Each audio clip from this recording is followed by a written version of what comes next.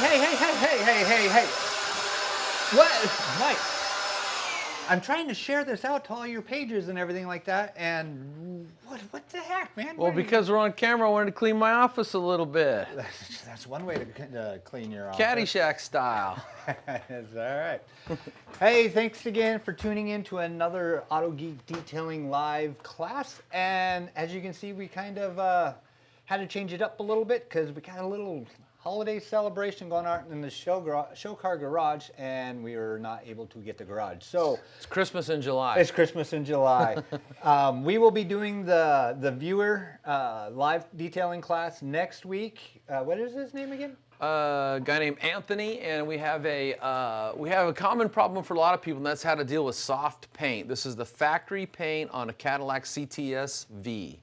Yeah, and well, he will be here next Tuesday, so that's when we'll be picking that up. We had it all planned for the day, but then we found out that we're having Christmas in July. Imagine that. All right, so Mike, what are we doing today? We're doing myths and misconceptions. Myths and misconceptions. And we've asked for people both on the Facebook group and the forum and any other place, if they have anything that they think is confusing, to send it to us, and we will do our best to answer it today. Yeah, and if you guys are watching live here and you have a myth or something you want the facts to be known, what do you call it? Pop it down in the comments and I'll get to those. We have a list. I mean, we went through all the different social media touch points and we have like 41. 41 questions. We have 41 questions. In less than an hour. We're going to try to get through that. But first, this little thing. I got to bring this out because what do you call it? This is the most amazing thing in the world. Renardo, you're awesome. I now have a pointer. Hey, Mike, follow the dot. Can you follow that? Like a cat? Thank you, Renardo. He sent me this in. It was a suggestion to one of you guys out there about, I think it was Kirby, about how to draw attention to some things when we're doing these videos. So I just want to throw a shout out to Renardo. Thank you very much. Greatly appreciated. So, with that being said... Yeah, don't put that in my eye. I'm going to poke you in the eye with it. Do you want to start off? Do you want me to start these? I'm just going to go down the list that you sent. I was just going to also say that if it gets real boring, I have cool antique stuff we can talk about. Like the first swirl finder light, the Brinkman. Or what about this? That is actually something kind of weird. This is something at one of the Christmas parties at McGuire's. They gave everybody a kaleidoscope. Which so that way you give it to your customers so that way they don't see the swirls. Here, no, just look at this. It's perfect. That's right. I've been packing that around for 15 years probably. I know, and you gave me one. I had a spare. I gave you one. Okay, so let's pop right in there. Like I said, if you guys want, if you have a myth or a factoid that you'd like to have answered, pop it in the questions. So up first, you need to heat up the paint in order to break down the adhesives. Abrasives. But also adhesives. You can heat. Well, you have. Oh, I guess I just read that wrong. So this is a common misconception that's been floating around in the detailing world, the body shop world, for absolute decades, and it's the old conception of where as you're buffing, you got to heat up the paint basically. But the idea was you needed to, and there's two things about this. There's heating up the paint to try to reflow it, but there was also this misconception that you needed to heat up the abrasives to break them down. Now, this kind of started back when abrasives were pretty much, for the most part, all diminishing abrasives. The idea is the chunks start out big. As they cut the paint, they remove the swirls and scratches, but the longer that you buff, they break down, so they finish out more or less swirl-free. And the theory was you needed heat to break down the abrasives, and that's actually totally wrong. What breaks down diminishing abrasives is pressure over time. The unwanted and unnecessary byproduct is heat. In fact, in a perfect world, you would never get paint hot. Clear coats specifically don't like to get hot. In fact, in my how-to books, I cover that topic. Shameless self-plug. Shameless self-plug. I cover that topic, and I asked some industry experts, not just myself, and they said that the hottest you want to get paint for a prolonged period of time is a maximum of 160 to 180 degrees. So heat is not good for paint, specifically clear coat. You can actually cause it to get kind of cloudy. And if you get it too hot, you'll do what we call twist it. You'll twist it or burn through. No, actually Detailing 101, I can't remember who posted it. Whoever it was, you guys were awesome on there. They actually had an infrared camera and they're showing a person going, putting it on, then turning it, buffing the side of a car, Sure. or the panel. Uh-huh. Then they showed it where it heated up, and they took the polish off, and you could still see where it was hot on the paint. Oh, and stuff like cool. That. It was pretty neat. It was like, man, I got to get one of those. Those would be pretty cool to show. A real quick tip, if you're ever, it's one thing to buff out, say, the hood or a fender. So as you're moving the buffer around, where you're generating heat here, as you move the buffer around, the heat you generate starts to dissipate. But if you're ever working like, say, an isolated scratch, you're keeping the buffer just right there, you're gonna generate a lot of heat really fast, and because you're not moving the polish around, it's not dissipating. So what I usually do if I'm working on an isolated defect is buff a little bit, take the buffer away, put my hand on there, and see if I can, if it's too hot. If it's too hot, my fight or flight instincts are gonna kick in. I'm gonna go, ow! I'm gonna move my hand away. That means to quit buffing there. But just use wherever you go, you have a thermal sensor right here. Yes, you do. Put your hand on there, and that way you can tell if it's getting too hot or not. You should be able to always hold a conversation, and you shouldn't feel like jerking your hand away. But back to that question, you don't need heat to break down diminishing abrasives. You need pressure over time. Then I don't know if it's on here or not, but there's another one that I saw where you need heat to float out the scratches in the paint. Yeah. Now there's always been the misconception with old lacquer paints, and these were solvent. Flow the paint. Yeah, these were solvent evaporation paints that you would heat it up and you'd actually melt it or reflow it. And that's not accurate either. Once the paint is set up, there's a chemical change that takes place in the paint where it's actually set, and it's not going to get hot and reflow. Yeah. At least not to my knowledge. All right, here, rule of thumb, heat bad. Yeah, heat bad. Yeah. Heat bad. Okay, the term full detail, in quotes, lots of variables there. Isn't that the truth? Yeah, I remember someone asked about this, a full detail. So that kind of means a lot of different things to a lot of different people. And, a full detail to some people may be a wash and you dress the tires and get the glass, and for someone else it's you do the inside and the outside and you do everything. Or you compound polish and paint. That's a full detail. Yeah, it could be just paint related. But there's that's kind of a fuzzy term. Fuzzy? Yeah. Is that a technical term? A fuzzy term. Well, and if you're doing this for a business, it's your job to explain to the customer what you offer in each one of your packages. So Yep. I'm not really sure how else to answer that question. But there's a lot of confusion when someone says a full detail. It's loaded question is more like it. Maybe the idea that you can buy it in a box store, it's a bad product. Well, that's not true. In fact, I was in a local auto parts store yesterday and walking through what I call the wax aisle, and I was actually impressed. They're good to have a selection in there nowadays. With how many unique brands I saw in there that were not just your basic known retail products. So make sure my battery's on.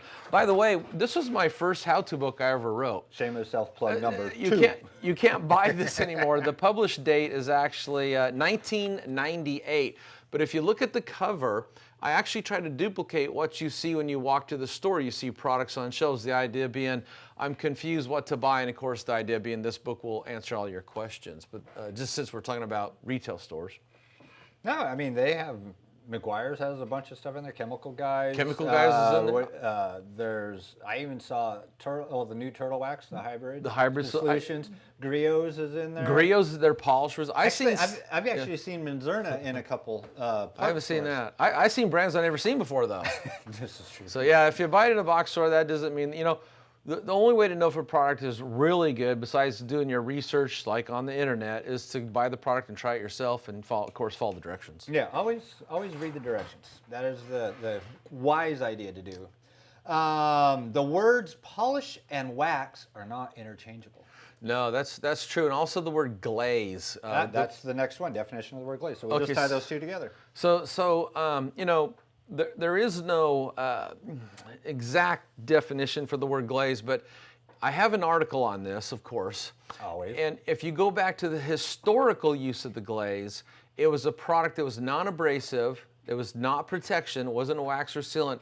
It was basically used to mask or hide swirls and scratches, predominantly used in a body shop. So two good examples of that would be 3M Imperial Hand Glaze and Meguiar's number 7 Show Car Glaze, or number 3 Machine Glaze, and they used to have a product out called number 5 New Car Glaze. And these were water-soluble oils that you could wipe onto the paint, and visually the swirls and scratches would disappear because they'd been filled in. They glazed over the top. Glazed over the top. But because they're not water insoluble, they would break down if you washed the car, if it rained, or say you used a spray detailer too many times. So they were a temporary fix. They were a glaze. That's how you can tell if you went to a detailer and your swirls come back. Yeah, they just mask the problem. Now, a polish, to me, technically, a polish means something with abrasives. So it's gonna, and it does not protect. So if it had abrasives and protect, then it's an all-in-one.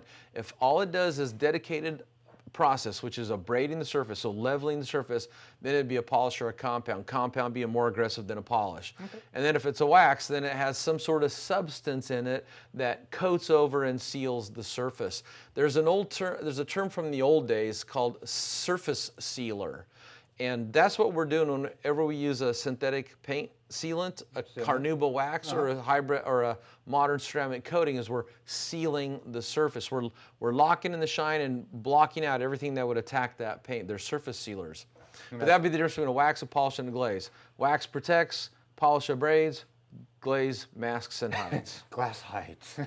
So, all right, let's dwell a little bit more. So what would be a really good use for a glaze then, if all of it's going to do is come off in a short period of time? I mean, why is there such products like that on the market? Well, the good question, and here's why. Typically speaking, and I don't want to hurt anybody's feelings that works at a body shop, but generally speaking, your average body shop, when they write up, the bill to paint your car, that includes all the work it takes to repair the car and paint it. It usually doesn't include like a full wet sand cut and buff, but as a courtesy, most body shops will, if it needs to be sanding, nice. They'll buff it a little bit. But the problem with the body shops is typically they use wool pads on rotary buffers to start and finish with. There's nothing wrong with starting with it, but they finish with it so it leaves holograms. And to get the customer to come in and look at it and go, oh, that looks good, here's your money, they put a glaze on it. And a glaze, because it doesn't protect, it won't seal the paint. That's fresh paint, so you don't want to seal it. It allows it to evaporate. It allows the paint to, as they call, breathe, but basically it's called solvent evaporation. You got solvents evaporating out of there. But the glaze will mask those swirls, so you as a customer will be happy and pay for it and leave. Then the average person doesn't pay attention to it about a week later, and as the oils start to wash out and the holograms show up, they don't even see it because the average person doesn't know the difference between a swirl and a squirrel. Between a swirl and a squirrel. I've been pushing management to let me make that T-shirt. I have the artwork already done up. This is amazing. Okay, here's another one. This one I think is it deals with modern products that are all the buzz today. Coatings are a force field. Nothing can harm your paint with a ceramic coating. You can light it on fire. You can take a nail to it. You can drop a hammer on it. Yeah. BS. BS. No.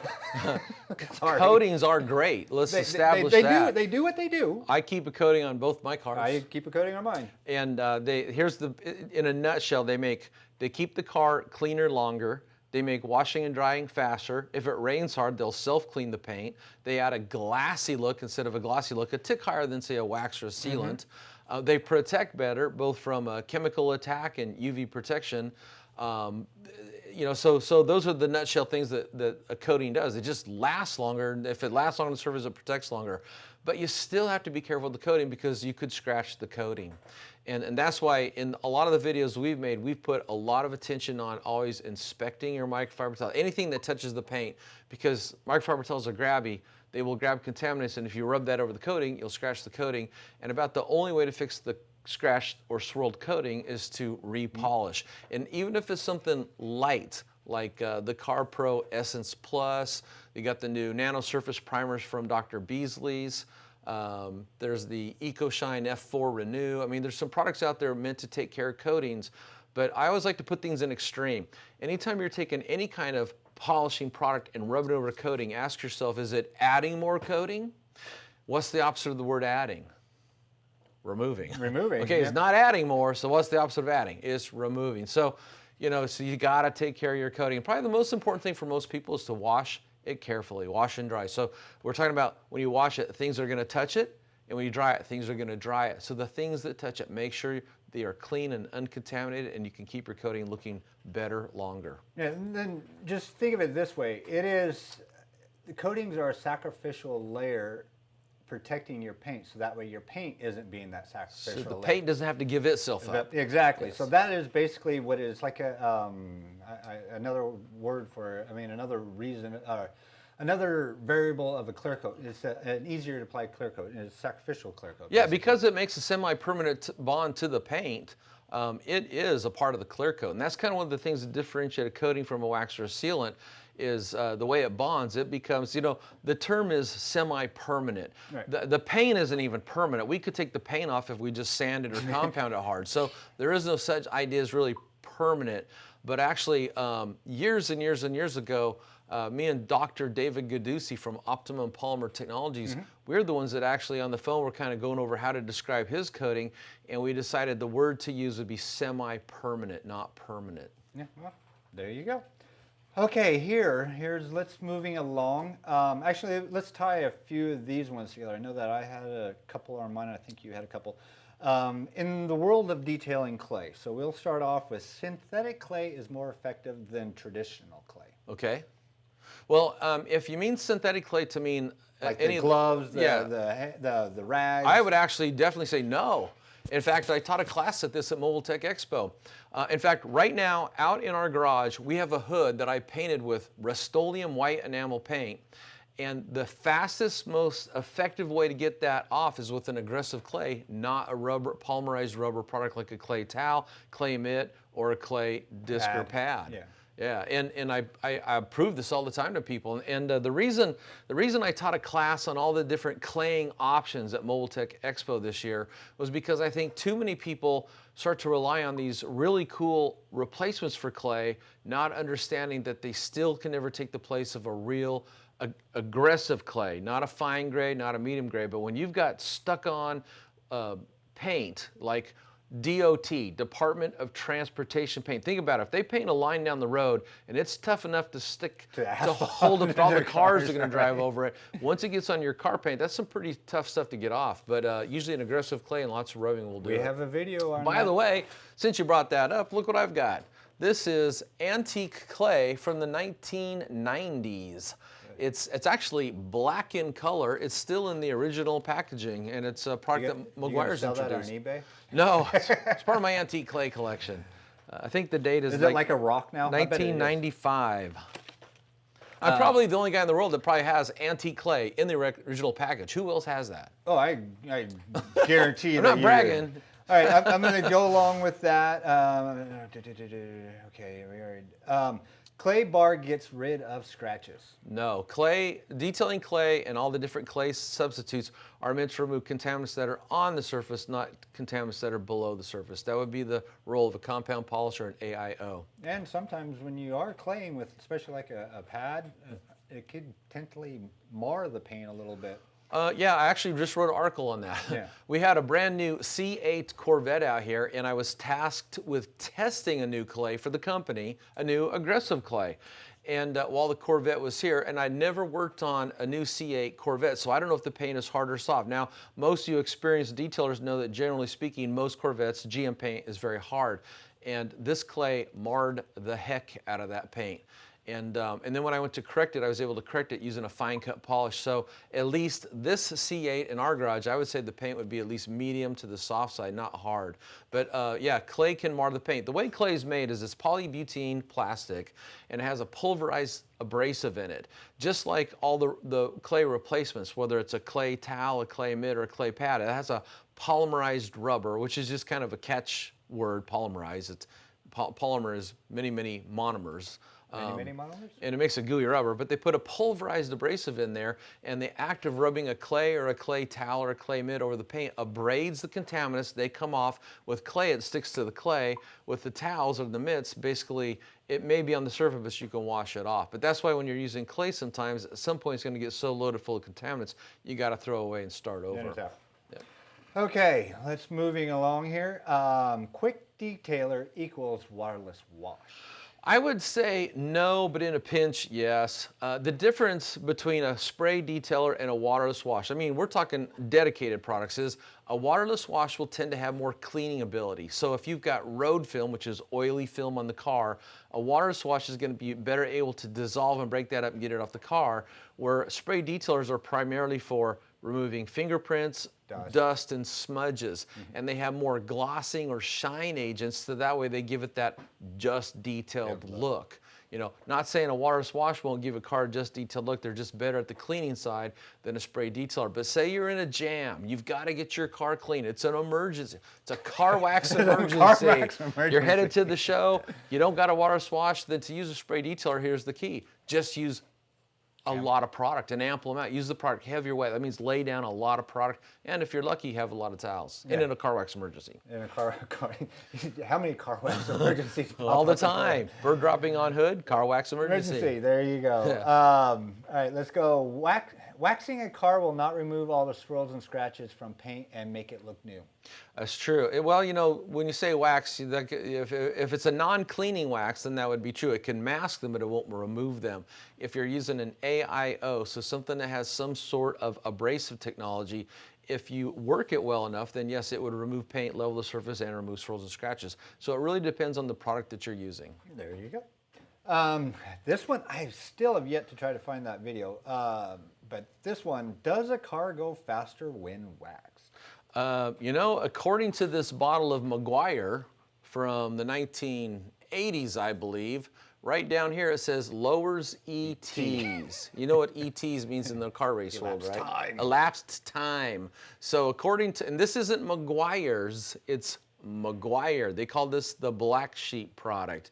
It was Barry's brother, and he had his own formulas and his own products. It's really hard to say, but right here it says lowers ETs. Here's my guess is, if you had a way to actually be able to precisely measure the difference between two identical cars, identical motors, identical environments, and you ran them down the track, the same driver, everything could be, all factors could be controlled. I think there could be some validity that a car that was slippery may slide through the air faster than a car that had a less slip to it. Well, that's the video I've been trying to find. Yeah. Is Mythbusters did one, aren't it? It was like, do you get better gas mileage with a clean car versus a dirty car? And they actually had it in a wind tunnel, and they showed how much of a difference the drag that dirt actually created on top of the surface. Sure. Which was, if you do the math, you figure it all out, yeah, your car's going to slide through the air quicker. But I couldn't find that video because I was wanting to get a little clip of that, because it actually is true. You can go a little bit faster. Maybe not faster, but and farther. according to this bottle from Maguire, Hey, yes, it's true. It's written. Lowers it's true. ETs. All right. Oh, this one. This is like one of the major ones. If one layer of LSP is good, lots of layers must be better.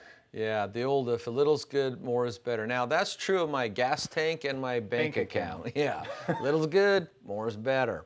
But, you know, here's the deal. The reason for years and years, most of the time, if you pick up a bottle of wax, it'll tell you to apply 2 coats, is because, generally speaking, the average, the masses are applying by hand. And there's a good chance you missed a spot. So if you did the car twice, there's a good chance that through the 2 coats, you got a uniform coverage. But what I've always practiced instead is just slow down, take your time, and do a good job of applying 1 coat. You know, and then follow the directions. If it says let it dry, let it dry. If it says let it wipe it off immediately, you know, then wipe it off immediately. But usually what you want to do is you want to trust the directions, because they should come from a chemist. And that way you're using the product accordingly. Not just a slow marketing down. person. Well, hopefully, you know, I used to write label copy, and yeah, and anytime I had to write label copy, one of the things I had to do is make an appointment with the chemist to get his take on what needed to be on that label. All right, let's just piggyback on that one just a little bit. It might be in here, it might not be in here. Now, when you're layering a coating with a wax, then a quick detailer on top of that, is that good, or is that just a waste of product? You know, that's a common question. Usually what happens is someone will get their first coating, or they're getting ready to install their first coating, and then the next thing you want to know is, now that they got this done, should they put something on it to protect it? So they're layering it. They got a layer of coating, now they got a layer of wax or sealant. That protects the coating, so the coating, you know, the whole idea is just protect that car. But and you can do that. See, there's no law against that. There is. You can put we a coat sell of wax everything on your out coating. there. Hell yeah, buy it all. But The thing is when you put a coating on your car, typically most of us, we're putting it on to get the benefits and features of the coating. When you put something on top of it, now you're getting the benefits and the features of the thing you put on top of it. And generally speaking, the benefits and features of waxes and sealants are less than the benefits and features of a coating. So you're kind of defeating, not the purpose so much, but you're defeating all the benefits you're going to get when you do this. So instead, here's a better idea. After you've installed the coating, wash it carefully. Get the correct wash for that coating. Maybe the manufacturer has something they recommend, or there's a product that works great. Well, now that besides washing, then there's a lot of coating detailers and coating boosters, and I'm a big fan of those. But again, you want to do your due diligence as far as the research goes and get one that you really like, because there's a lot of these things on the market. Tons nowadays. Tons. Speaking of tons of product, new finish, the once a year car polish. You know, that product has been around a long time. I remember using it on my Toyota truck. Yeah, and the thing is, it does work. You know, the thing about that is that is an AIO. That is not a cleaner wax, because it doesn't use wax. It uses synthetic, protection ingredients. So it's a cleaner sealant, or an AIO. And I haven't seen or looked at the ingredients for a while, but here's what you do. Whenever you see a product like this, especially at the retail level, what you want to do is just look at the label copy and look to see what it says. If it says must be approved to pre-clean paint, that means it has no cleaning ability, no chemical cleaning ability, no abrasive cleaning ability. Now, if it says right on it, removes swirls, scratches, oxidation, water spots, that means all of a sudden it's went from a non-cleaning product to a cleaning product. So now it's an AIO. And then it could be chemical only, and that could be what new finish is, because if they keep it chemical only, they're going to keep somebody from putting swirls and scratches in if they were using inferior abrasive technology, which is kind of what happens at the retail level, and you got really, entry-level products. But it could be either or. It could be a chemical cleaner only product, or it could be a chemical cleaner with abrasives, or it could be a combination of both. But what it does is if you have a neglected car, it's going to clean surface oxidation, surface impurities, road grime, road film. It's going to get that off the surface, so it's going to restore a more clear finish, a shinier finish. And for the average person that puts it on, they're going to look at it and go, yeah, that looks good. I'm done for a year. I'm done for a year. One and done. Yeah. The compounding and polishing surely can't take that long. Oh yeah, one of our forum members asked that. And he's got a good point. That and what this person was talking about is, if you're a detailer doing this for money, and you're talking to your customer, and usually this kind of comes into play when you're explaining how much you're going to charge. And part of the reason you're going to charge so much, in their opinion, so much, is because of all the time you're going to put into it. And the reason you're going to put time into it is because you can't simply move a polisher quicker to go faster. Whenever you're buffing out a paint, no matter what brand of polisher you're using, typically you're moving that polisher nice and slow in controlled motions, and you can't really speed that up. So, if you break your larger panels into smaller sections, so say you look at the hood of a car, an average hood you're going to break up into 6 or 9 sections, and for each section you're going to buff 6 to 8 times. You're going to 6 to 8 section passes. Average hood's going to take you probably maybe up to an hour to buff out, and you've got 8 or 10 more panels to buff out. So for the average, I would say for a detailer that's really good at machine polishing, they put their phone away, they got no distractions. If they're going to compound a passenger-sized car, they're going to be into that for, a low side of 3 hours, and that's probably not for most people, but I'd say an average of 4 to 5 hours. Yeah. When you consider polishing, wiping off, polishing, moving your cart around. I mean, it's more involved than just turn the polisher and go. You do things as you move around the car. But as you explain this to your customer, plus the fact that you're going to wash the car, the average car wash, a quality car wash is around an hour. You can do it quicker, but that usually means you're not getting as clean into the cracks and crevices, under the bumpers, spots. The grill. And I've timed myself for wheels and tires. I keep my wheels and tires impeccably clean. You could eat off of them. And to sit my Autogeek knee and back cushion down on the concrete so my butt doesn't get wet, while you got water out there, get my brushes out, my wheel cleaner, my tire cleaner. Takes time.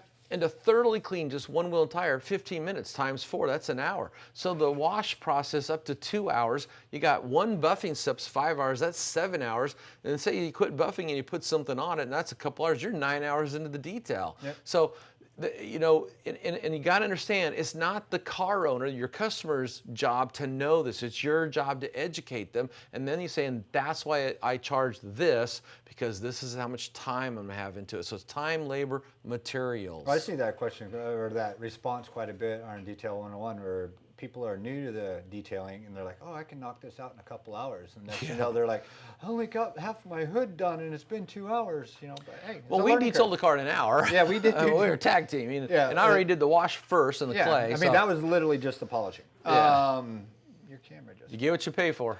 All right, so let's move along. Let's try to get down through some of these. You absolutely must use 2, or what is it now, 5 buckets to wash your car, or you're a hack. Yeah, you know, there is some validity to the number of buckets used to wash the car. It just depends on your washing style. Because you can do it with 1 bucket. You could do it with 1 bucket. Now, me, I'm usually a 2-bucket guy, but for me, I'm using, the approach I use is I dunk all my towels or mitt in the bucket. I only use each towel or each mitt on 1 panel, then it goes into my dirty, clean towel bucket. We had a video on that. So I don't need a second bucket with soap and clean water, so I'm grabbing some soap, washing a panel, rinsing it off in the clean water. That's the traditional 2-bucket method.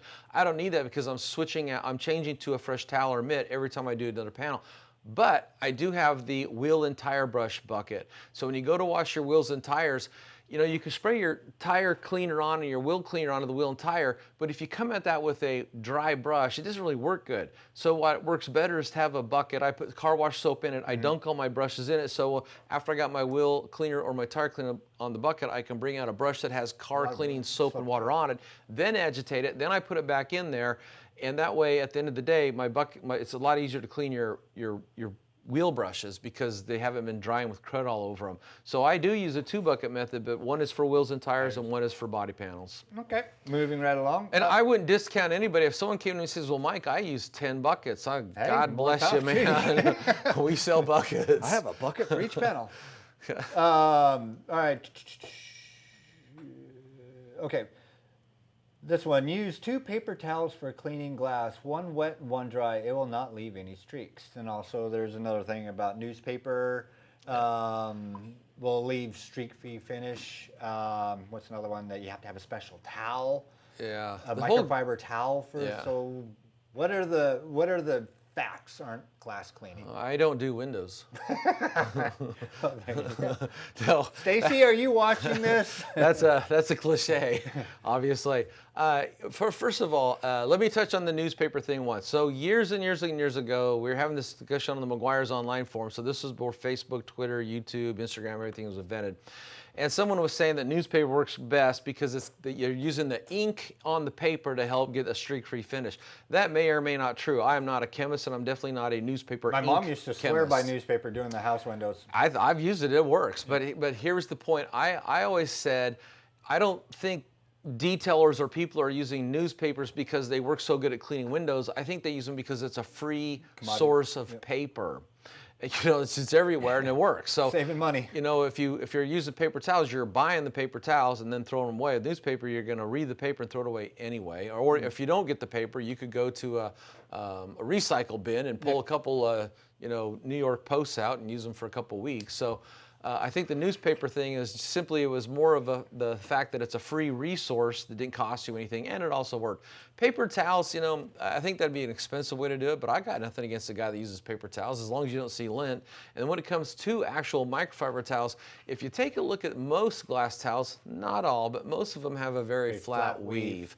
I know, but we also sell like the Rad Company towel that has a very large nap, and it's also a great glass cleaning towel. I think the most important thing when it comes to glass cleaning towels is less about the weave, even though it's a factor. More about the product. Is more about how you wash them and maintain them. Never wash them with the towels you use to remove wax or sealant, or you'll contaminate them and get them so they bead water. Now they're going to absorb. Smear it. They're going to absorb all the stuff coming off the window. And the most important thing that I try to teach about glass cleaning towels is when you're cleaning glass, especially inside the car, which you'll tend to have vinyl fog, smoker's film, and just their normal crud that builds up. The real key is to have a lot of towels, because if you spray some glass cleaner onto the glass or onto the towel and you make a wipe, all the gunk that's on the glass is now on the towel. If you keep using that towel, you're just cross-contaminating. So once you give a couple wipes off the first couple initial wipes, get that, flip to the other side or get that towel out and move to another towel. So more towels, better. That's what I do when I do mine. I flip a quarter, use the panel, A quality glass cleaner doesn't hurt either. Yeah.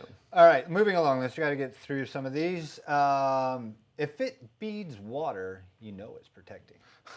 That sounds good, but actually that's not really true. Water beading, all that is a sign of surface tension. And believe it or not, I could go to the fridge here in the break room and get some margarine that you would put on toast. And I could smear some onto a car, and if I threw water on there, it would bead water. But I don't think the margarine or butter is going to protect the paint from UV rays and anything that would fall on it and attack it. It certainly ain't going to last very long if you go to wash the car. I know we've had this discussion before, and like me, I want the water off. Yeah. I want sheeting. I want it where it's rain comes down, water goes on the ground. I don't want to see beads. Everyone's like, oh, tight, tall, and small, or this, all this stuff. I'd rather see the water sitting on the ground. But what would you say? Who is it? McGuire, Barry, or somebody over at McGuire's? They said we can't do that because then it shows that people think our product isn't working.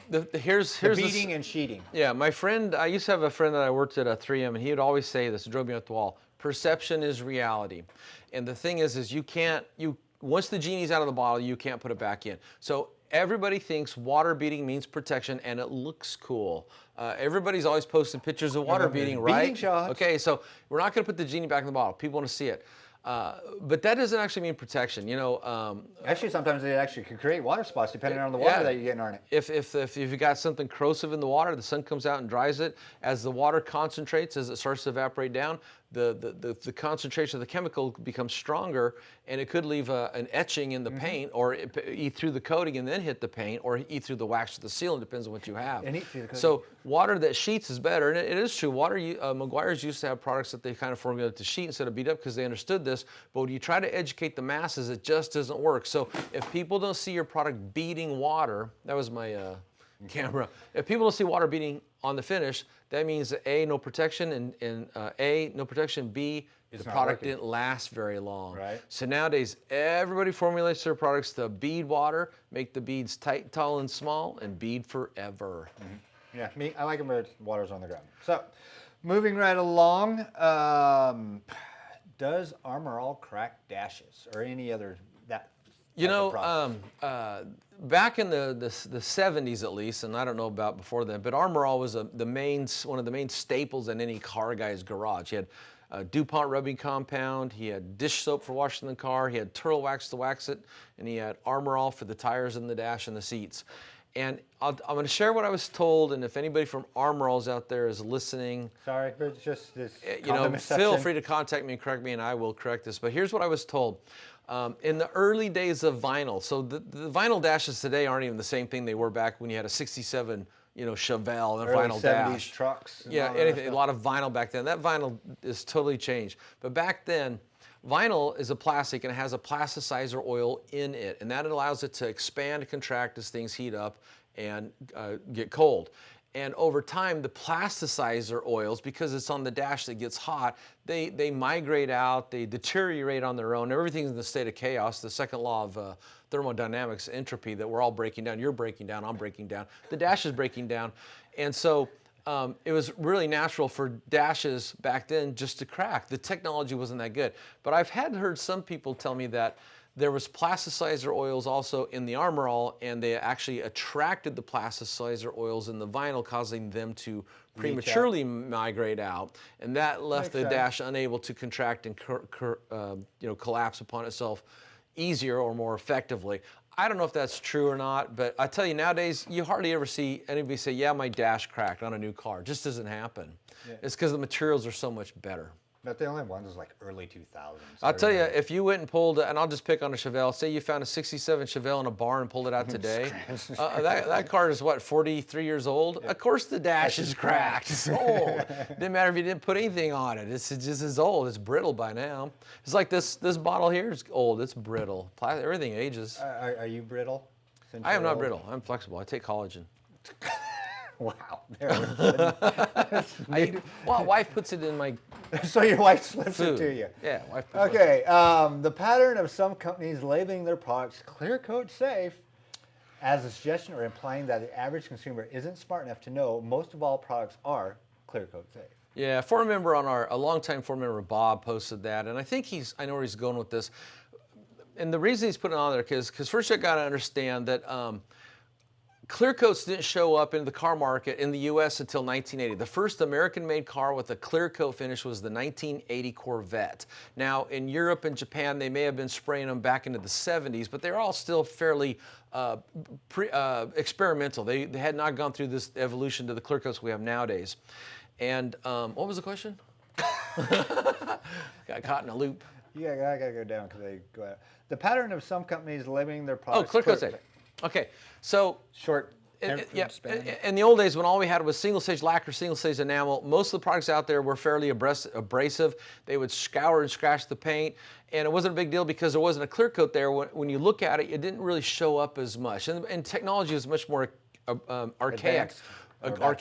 When we got clear coats, because the clear coat, as Robert Dietrich says, is a window over the base coat. It's a window. If the window's clear, you can see it. If the window's not clear, you can't see it.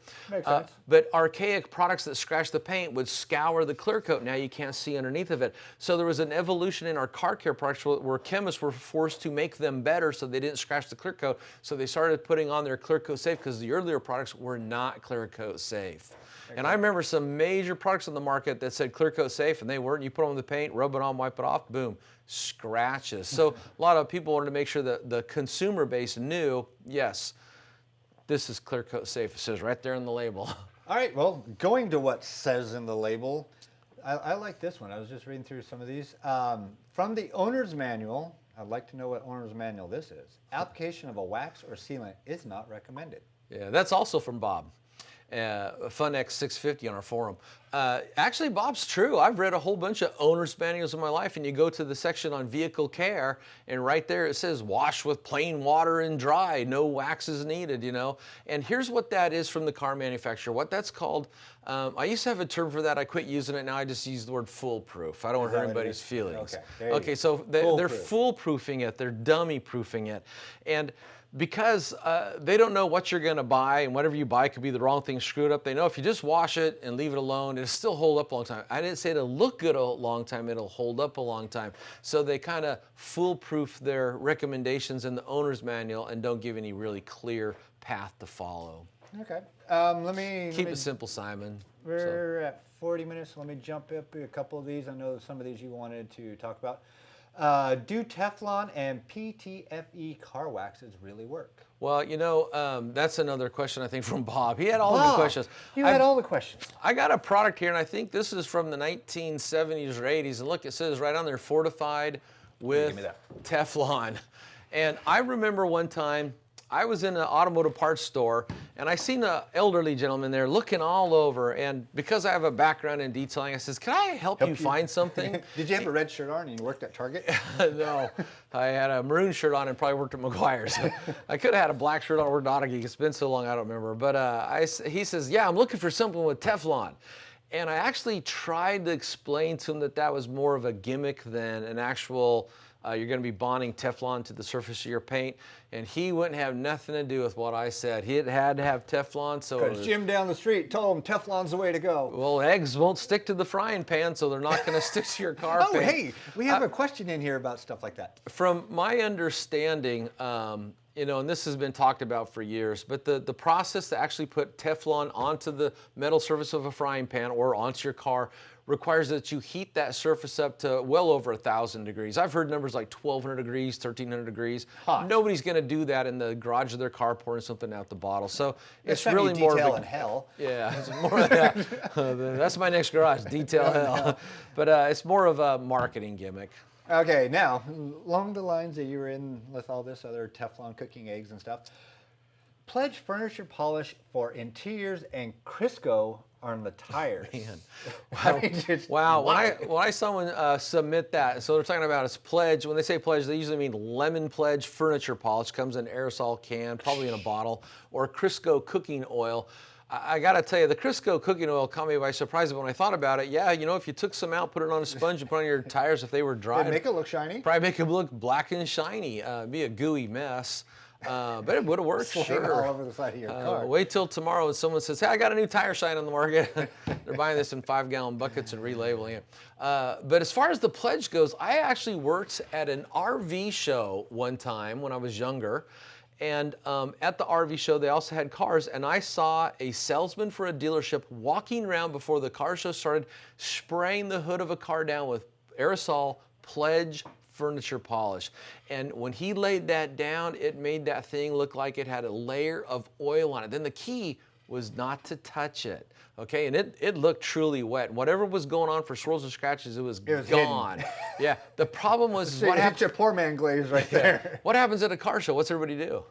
They touch the car. Well, they're not supposed to, but they're not they supposed do. to. But people are compelled for somebody to touch the cars on display at a car show. So it was a big mess. But I just sit there and I watched them. Oh my gosh, I can't believe I'm looking at this right in front of my eyes. Could you imagine driving down there and just like...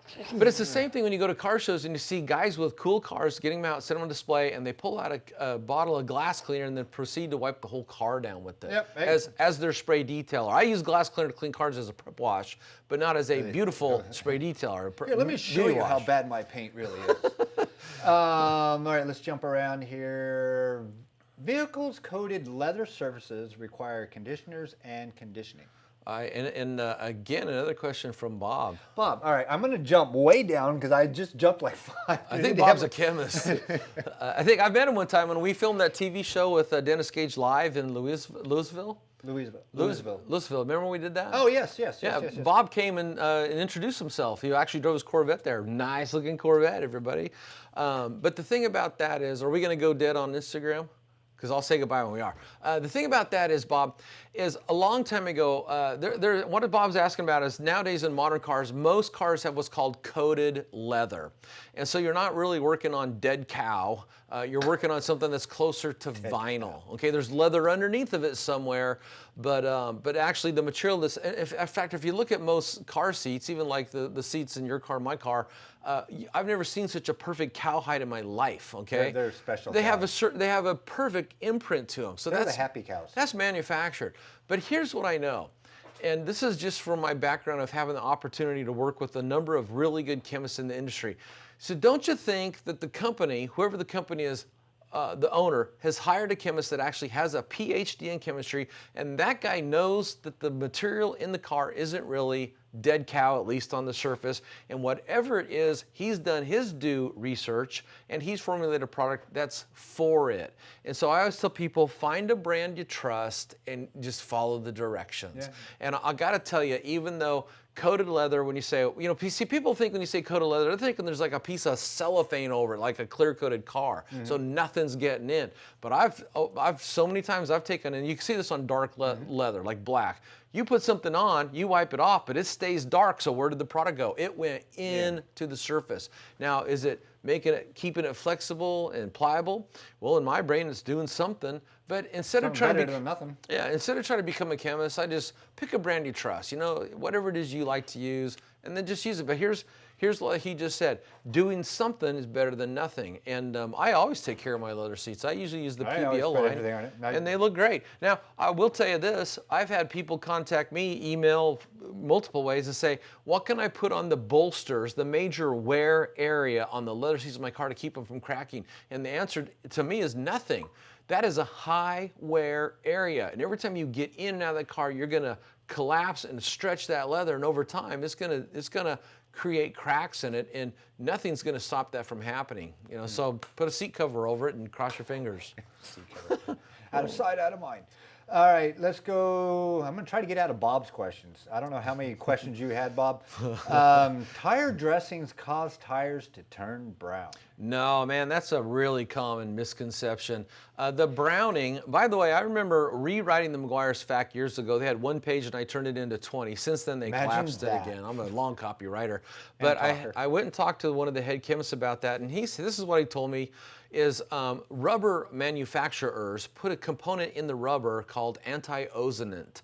And when a tire is spinning at speed, so my guess is, 50, 60, 70, so 55. You have centrifugal force going on, the anti-ozonant migrates out, it kind of replenishes the outer sidewalls of the tire, and it keeps them flexible and it keeps them from drying and cracking. Hey, you And don't see cracking tires like you used to way back when. well, you don't see it on cars that are driven. Now, if you go to like a place where there's been a trailer sitting in a trailer storage or a boat storage where the tires are just sitting there, that's when you start to see them really crack. But what happens with that anti-ozonate is when it migrates out of the rubber, it meets ozone in the air, and that's when it turns brown. So what we're supposed to use is put a tire cleaner on there and get it off, and as we drive the car, it's going to happen again. Right. The dressing doesn't actually create the brown look. It's a natural byproduct or a process of what the tire is supposed to do to keep the tire safe, so it doesn't dry Well, rot on you. now, since we're on that little topic there, would a coating actually keep that in the tire so that way it wouldn't be coming out? I've always wondered that because you're talking to a huge fan and proponent of tire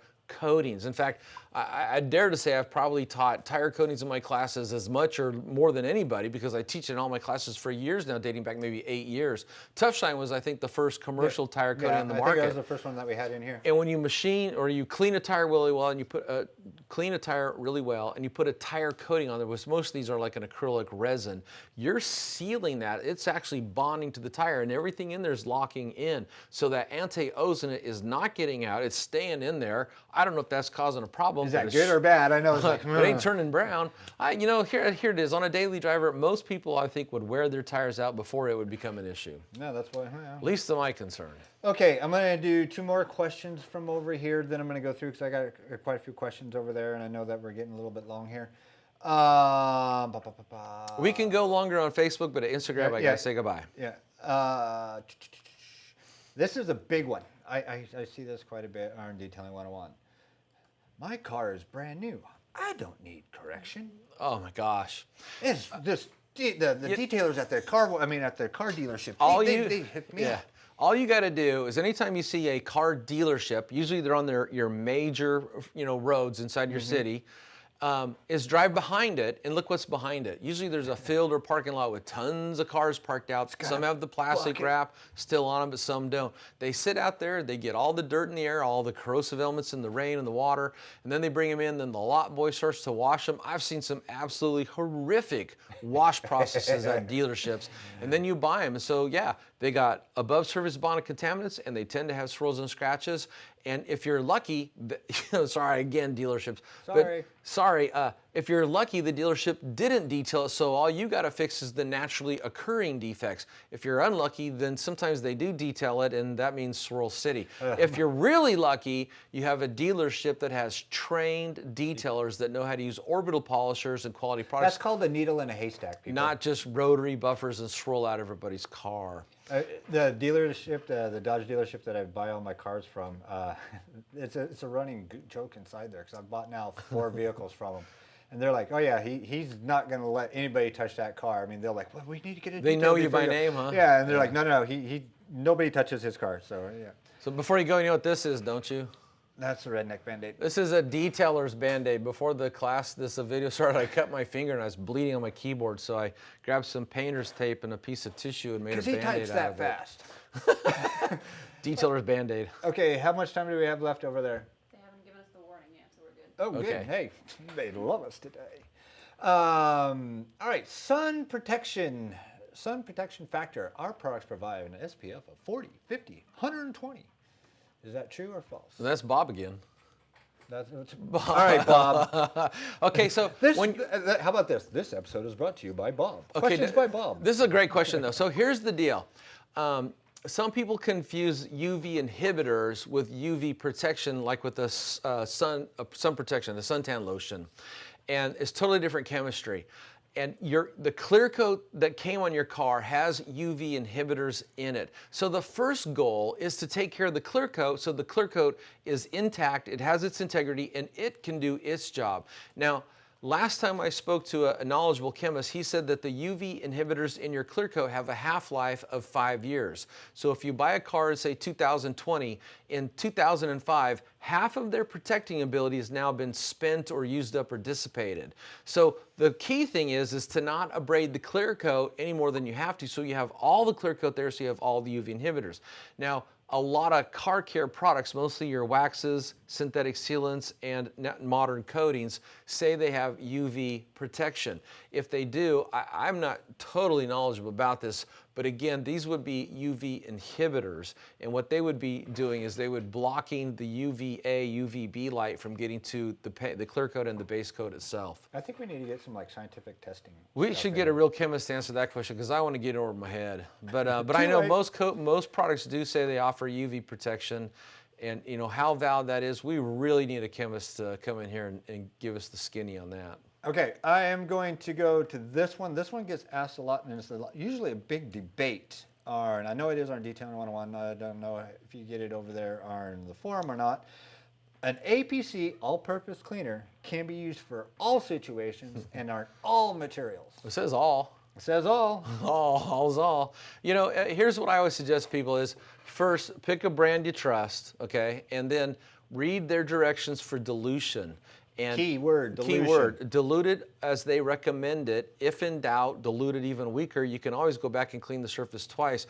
But if I was cleaning things like Alcantara, you know, Frake microfiber suede, I would not be going, well, it says all, and clean that. Ruin? Save your more delicate surfaces for dedicated products that are specifically formulated for that surface material.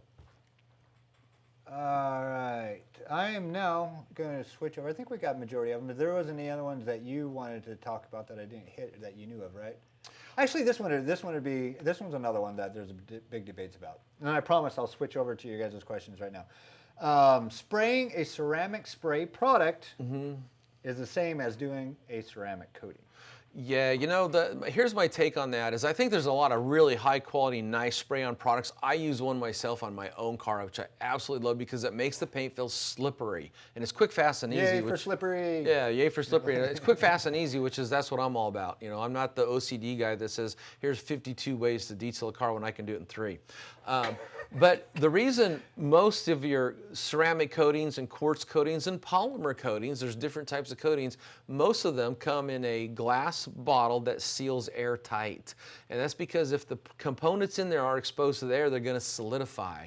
And you remember, Tunch, he showed us a trick. If you want to see if your ceramic coating is a real coating, a real coating, pour a little bit out and see if it gets hard or if it stays a wet puddle. Yeah, Tunch at 3D, we made a video with him, and he said a true coating, when exposed to the air, will completely dry hard. If it doesn't dry hard, it's not a true coating. So, I'm not a chemist, but the spray products are convenient and they still work. So, it just really depends on, do your researchers to find a product that works for you, Okay, I am now switching over to the comments that are down below this video.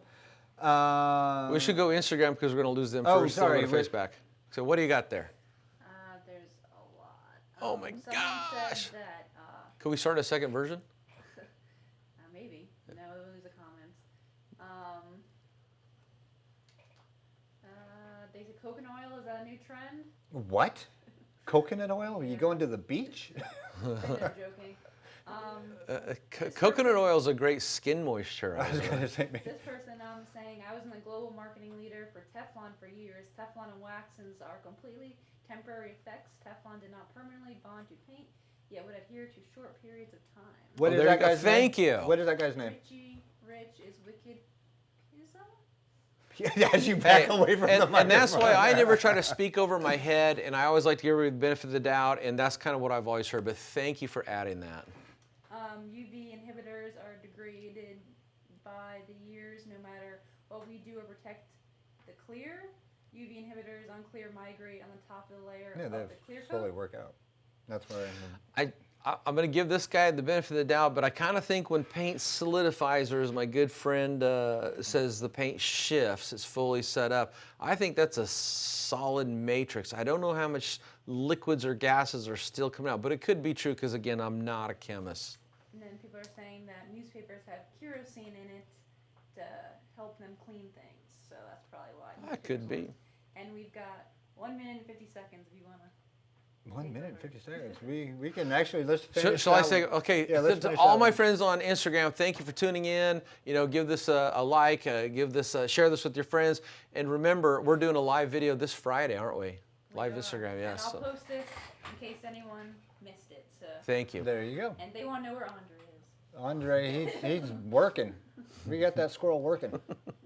All right. Thanks, everybody. Okay, back to you guys on Facebook. Let's go down you guys' questions. You know the celebration should be showing up the yummy weekend. Oh, yeah, I know, Nicole, you're bringing the goodies. Here's something different. Reggie Jackson wax. Reggie's wax. That's Hey, funny. if you can play baseball, you can wax your a car, right? He was actually a huge car collector. I don't know. All right, hi guys. This is Rafael Castillo. I'm going to add you in here. Hi guys, what are your thoughts on graphene and coatings and some other detailing products like IGL F4 Renew? It's fairly new on the car industry and ideally to jump on it in its early stage. Thanks in advance. You know, I'm seeing a lot more buzz about graphene, and I just like to be real honest. Look, I've had the IGL F4 out there for 2 months now, maybe 3 months, to use it, you know, test it, and then write a review for it. The issue is it takes the right car to use that product. You don't just grab any car and use it, because what it's for is refreshing a coating that's already been installed. And I just have not had that opportunity yet. You know, I think we've worked with it once when we shot a video for it. We shot a TV commercial for my it. classic car, and we used it on a Deuce Coupe, little 32 Ford Deuce Coupe. And I tell you, when we used it on there, it was amazing. You know, as far as its application, its removal, and then the water beading. We captured water beading. But as far as It does do its job. Yeah, as far as revigorating a previously installed coating, I have not had a chance to scientifically test that. Or seeing how long it lasts. So I wouldn't want to comment on it. I'm a real big fan of people only talking about things they got firsthand real world experience with, and I'm just not there yet. Sorry to say, but it takes the right car. Yeah. You know, we recently did a review for some new products we launched in the Wolfgang line, the Ptfe ceramic coating, detailing spray and detailing booster. To use those, you need a car that had a coating on it. Well, we'd already used the Wolfgang coating on Andre's car months ago. Yeah. So here's the right car to use those products on. But to just go out to the parking lot, grab some schmo's car, it's not the right. You have to have the right car to use some products. That is true. That is true. Let's go here. Rick Hasmer. Thoughts on using deionized water when washing and foaming? Is it worth the investment? Pure water. You know, there's nothing in it. Hey, if budget's not a matter, you bet. I mean, if you have an RODI unit where you can pump your own, pennies a day. I mean. Yeah, you know, there's a lot of dissolved minerals and other chemicals in our water today. I have an article I wrote just recently because so many people, you know, end up coming and asking, I've got water spots, how do I remove them? And what I do is, instead of putting their focus on the spot, is I go, let's look at this question. What's in the water? Yeah. What is in the water? Why are you getting those? That is so corrosive, it ate through your coating, your wax, your sealant, and then etched your car's clear coat, urethane paint. What is in the water? So there's, you know, and yesterday, this morning I'm driving by, I looked at this road sign, and the whole bottom part is rust colored. And I looked at the sprinkler hitting it, and there's a lot of iron in the city water here in Stuart, Florida, where we live. So that means it's also on your car if your car ever gets hit with the sprinkler, or if you wash it with hose water. But there's so much corrosive stuff in water. If you can do it, do it. All right. Let's go down here. Thoughts are, no, I did that one. Can you give us some details on the new Blackfire ceramic coating, especially on ease of removal and avoidance of high spots? Yeah, you know, I've only used it twice. I've used it twice, and it is an incredibly easy coating to use. One of the things that it states is it's Which one did we put that on? We put that on that C8 Corvette. Oh, that's right. All right. Yeah, no, that was actually pretty cool. Yeah, and I also... The little beating time on it was kind of cool. Yeah, I also put that on a friend of mine's Corvette, another Corvette, just a blase Corvette, wasn't a C8. But here's the thing about that is it has a long, what they call flash time. I think in my review I posted yesterday up to 5 minutes. And 5 minutes doesn't sound like a long time, but I've used coatings where if you didn't get it off in the prescribed time, say a minute, minute and a half, you go to wipe it off, yeah, it ain't wiping off, okay? So nothing wrong with that as long as you're following directions. There's nothing wrong with the coating that flashes in 30 seconds. In fact, you get around the car faster. It causes you to have what's called discipline. But if you're a newbie to this, you know, it's nice to have something that's what I would use the word forgiving. Okay, so it has a longer flash time. It has a unique characteristic where after you apply it, it starts to coagulate on the surface. It almost looks like it's beating. Yeah, it's like it causes beating. Sweating. It's sweating is the term, yeah. And that's a sign at that point to go ahead and wipe it off.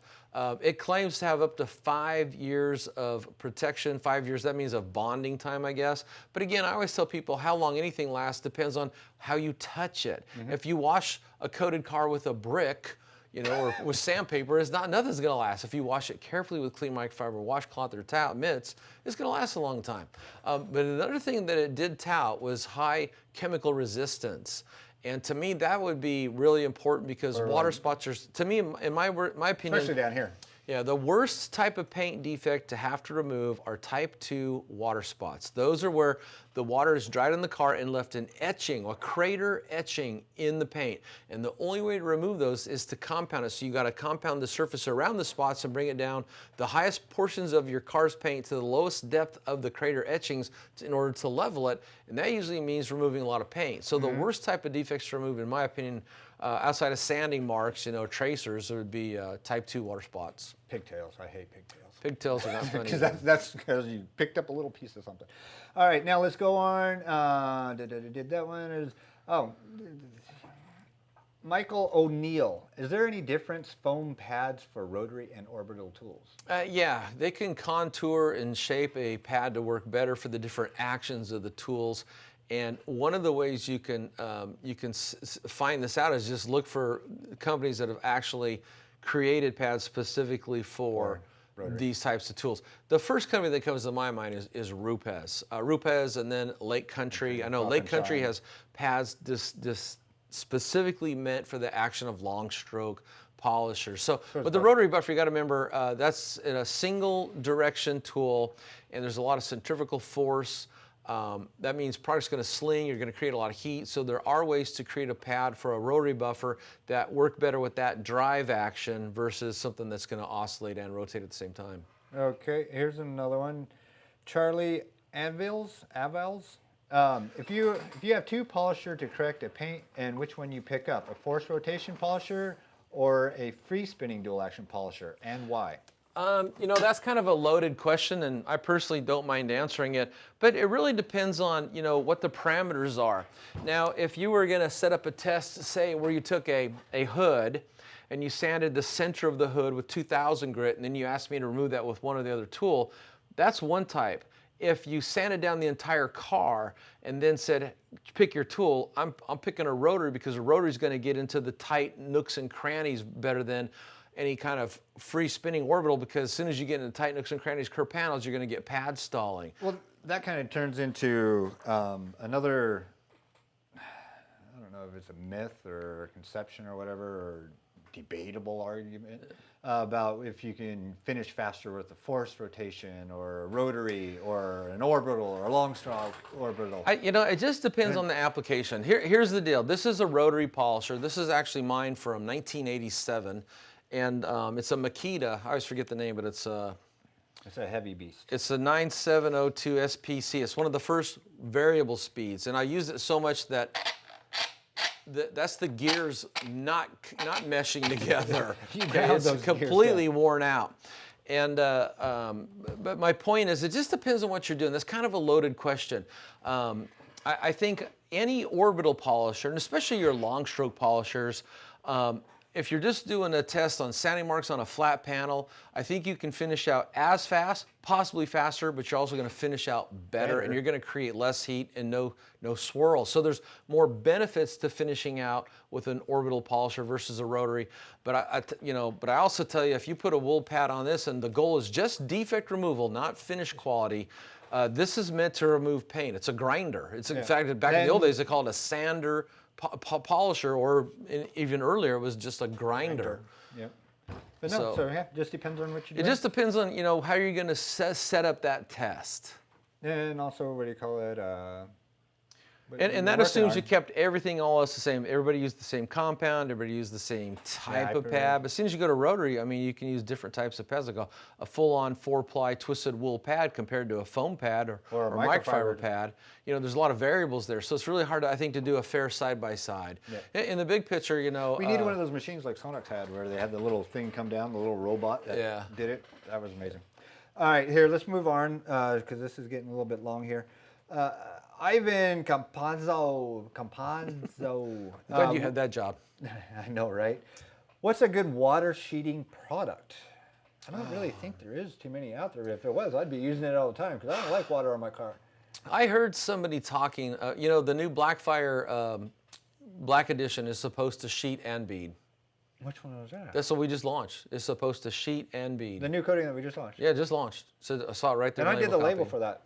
Yeah, you don't remember. Well, it's copied there's so after a much while. focus on water beading. I don't know offhand, besides the product I just mentioned, of any product that's specifically meant to make water sheet. We can all intellectually talk about this and say, yes, on an intellectual level, if that protective product that you put on the paint makes water sheet so it lays flat and runs off the car so there's no water beading, intellectually we can say, yes, that's a better idea. But when it comes to selling it, the masses, it's been proven time and time again. If it doesn't bead water, that means two things. One, it's not protecting. B, it didn't last very long. People judge longevity by water beading and the characteristics of the water beading. So I've always told people it'd be noble, to try to educate the masses, but it's really a tough nut to crack. But think of it this way. I think they actually are trying to do that. I do. Because if you watch like the coating, I have a manufacturer in my head, but I'm not going to call them out, where they do their coatings and then they flow the water over it. Yeah. Then I had Austin, what do you call it? I coated his truck, a big old black beast, and he saw that commercial come across his feed. He's like, my truck never did that. And I go, Bull, it does that. He's like, no, it doesn't. And I go, no, it's all about the flow of the water. Yeah, it's how you put the water on. Yeah, and I go, if you put the water on, then it'll flow right off. But if you shoot it with a sprayer, then it'll bead right up. So, I mean, it's just, there's marketing tricks there. Yeah, offhand, I don't know, but here's my guess. Here's my prediction. Somebody out there is going to start developing products that sheet instead of bead and market it. And because of the internet, they will actually be able to educate a niche of our market and create that next best product. Well, create that market for them. Market, I mean, they'll get the sales. All right. So when are we creating the sheeting product? Yeah, talk to Andre. Right. All right. No, he likes rubbery stuff. I'm not going there. He likes that rubbery stuff. I think he's working on it. All right. Here we go. Francisco Vargas. This one I think would be helping a lot of people out. What is the best product advice you can use on handle clients with no water spigots and you can't carry a 200-gallon tank in your vehicle? So you're a mobile detailer. Wow. You have a small rig. You can't carry a lot of water. What would be a good setup? Maybe like an IK9 sprayer. And just do a rinseless wash, waterless? Well, waterless wash, but you're using a lot of water. Assuming you only had to do one vehicle at that location, you could get by with a waterless wash. Now, if the car you get a bucket with water with gamma seal lids, and you can take your water with you. Yeah, you could do that, or you could get a sprayer or spray it on with whatever. But in a worst case scenario, like someone calls you up and says, "Hey, look, we took our truck four-wheeling. There's mud caked on the side of the vehicle. We need you to show up here. We don't have a water." I mean, you're creating this scenario that's never going to happen. And if it does, then you tell the customer, "Hey, before I get there, run it down to the coin op and get all the big stuff off." Right, exactly. That's how you tackle that one. Okay, let's go here. Hypotheticals. I love hypotheticals, but usually they're painted in such broad terms that they're really never going to happen.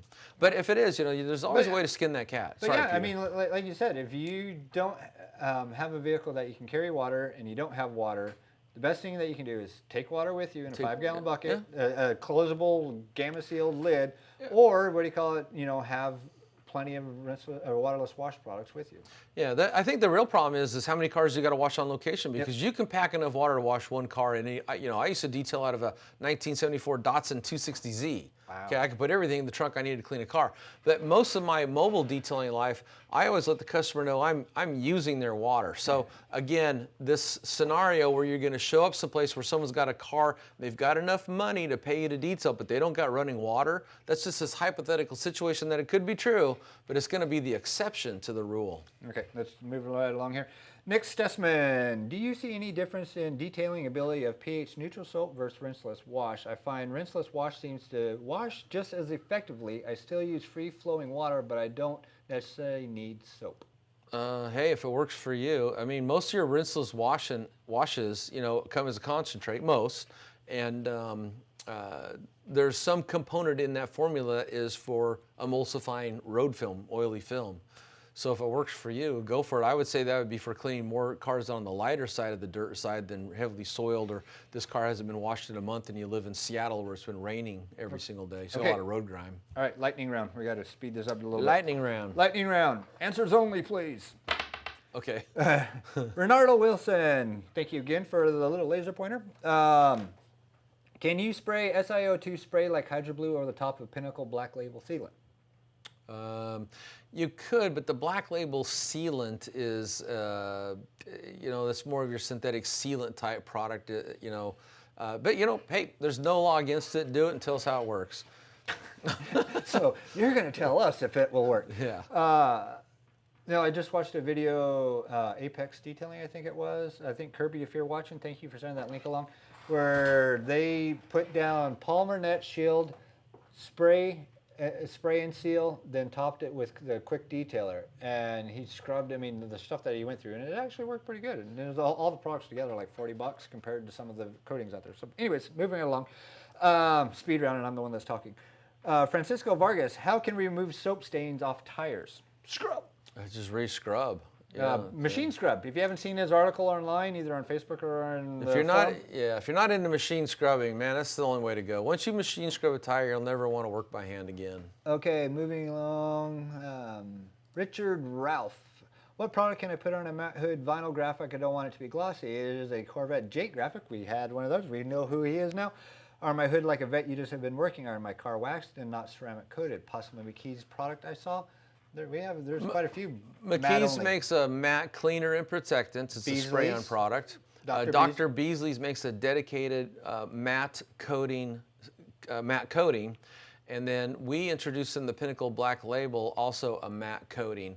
So there's 3 brands I know of on the market, and there's probably more that I don't know of.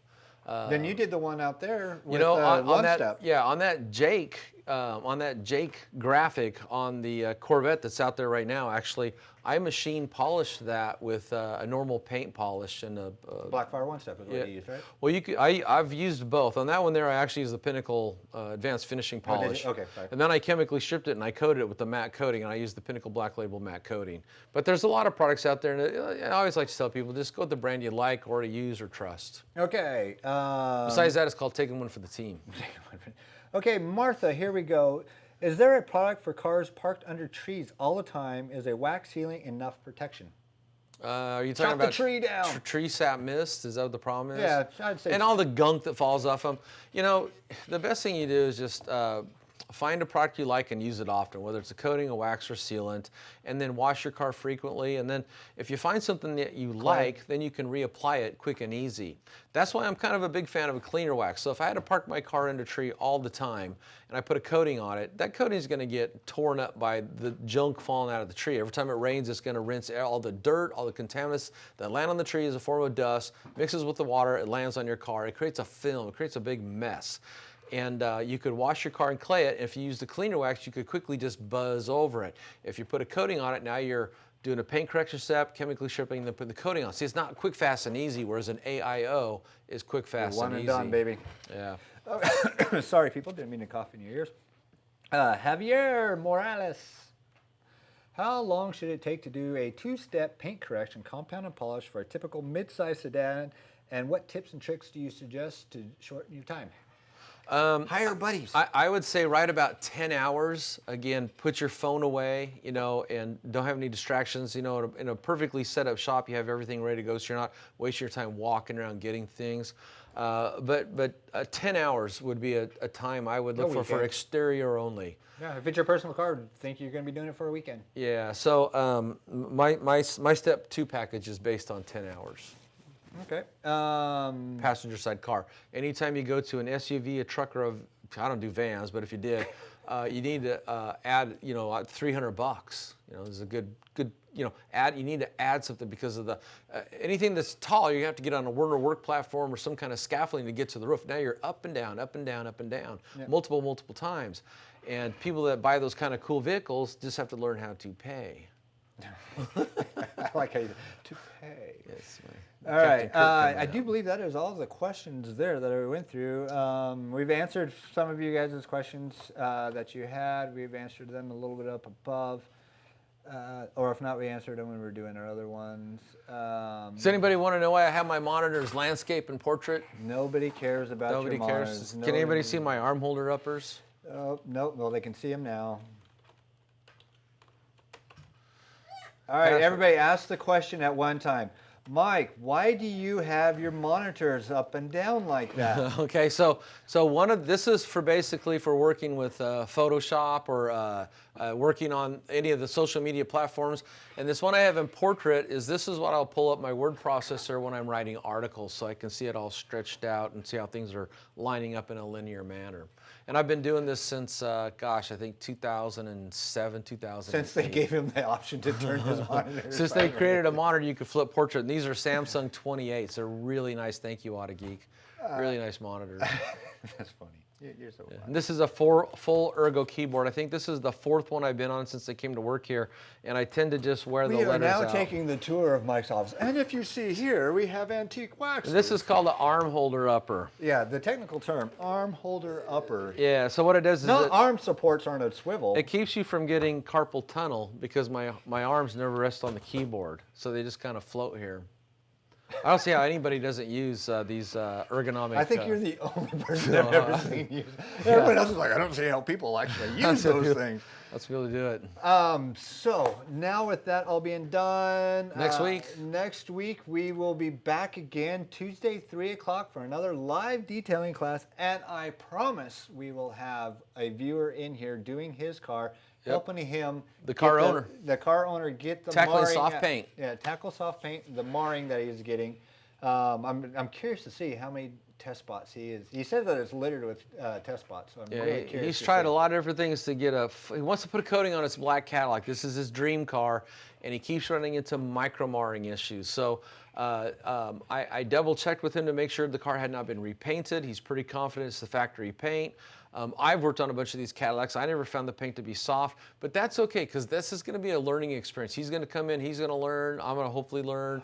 You always need to learn. I'm always learning. Hey, a student in life, that is what I am. But it's a common problem when you run into soft paint. So we're going to show how to address it and how to get a coating on there. And even when you find a way to abrade soft paint, so use a compound or polish on it and get the perfect flawless finish, now when you go to use a panel wipe and wipe it, You can put it right back in. you can put the marring back in. So, Coat it real quick. So that comes to technique and towel. So we'll cover that. Do you remember, I can't remember, I think it was a Flex video where we had the two Mercedes. They're only like a couple years I apart. remember that, yeah. We did a tape line. Yeah. And literally, we spent the rest of the day trying to get rid of the tape line. It was that, yeah. The car went away with the tape line. I got an article on that. It's called "Don't Buff on the Line." Yeah, we made that mistake. And what happens is I think what happens is, and this was a Mercedes-Benz that belonged to our good friend Earl the plumber. Yeah. But we put a tape line down and we removed the scrolls on one side and we wanted that line sharp for the video. Yeah, we wanted a strong demarcation line, and then we pulled the tape off. There's one side was swirls, one side was flawless, and then we tried to buff away the line. We couldn't get it, but I think what happens is because you're heating the paint up, We went like that. and you're abrading it, and you got pressure, you got a lot of different things taking place, that there ends up being this line that even sanding won't make go away. So my tip to people, unless you really need that photo to show before and after, Really think about how bad you need that photo. buff up to the line, but don't buff on the line. Then, like we appreciate you guys tuning in, and there for a while we did have Instagram. So if you guys are now switched over from Instagram over onto here, what do you call it? Thank you guys for tuning in. We will be doing Every more. Tuesday at 3 o'clock Eastern time. Then also, I think we should throw this out there just for see how this goes. If you guys live in the area and you have a project, and you want some help, get hold hit of us up. us. Yeah. Either hit me up on here on Facebook, hit Mike up. Always looking for the next new and greatest thing to film. So with that being said, what do you say? You say bye? Yeah. Hey, thanks for tuning in, and share this with your friends, and just remember, every Tuesday, 3 o'clock, we're going to be doing these live classes. And if you're seeing this on YouTube, hit the like button, hit the subscribe button, and ring that bell. Ring my bell.